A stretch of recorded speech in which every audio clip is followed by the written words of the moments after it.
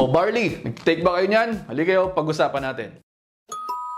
Isa sa mga medyo madalas na tinatanong sa akin ng aking mga followers ay tungkol sa pag-inom ng barley. Paano nga ba namang hindi? Madalas, ginagamit yung mga mukha namin mga influencers sa pagpopromote ng mga produktong hindi naman talaga namin ini-endorso. Kaya mag-ingat kayo dyan. Anyway, actually, yung ilang mga preparations ng cereals, soups, at iba pang mga pagkain ay mayroon na talagang kasamang barley. Pero ano nga ba ito? Ang barley ay isang type ng whole grain at ang diet na mataas sa whole grains ay maaaring link sa pagkakaroon ng lower risk ng chronic disease. Bukod dyan, meron din itong mga phytonutrients. Ang isang cup ng uncooked hulled barley ay maaaring magbigay ng 17 grams ng fiber, 12 grams ng protein, 2 grams of fat, at 73 grams ng carbohydrates. Mayaman din yan sa vitamins B1, B2, B3, B6, folate, iron, magnesium, phosphorus, potassium, zinc, copper, manganese, at ng selenium.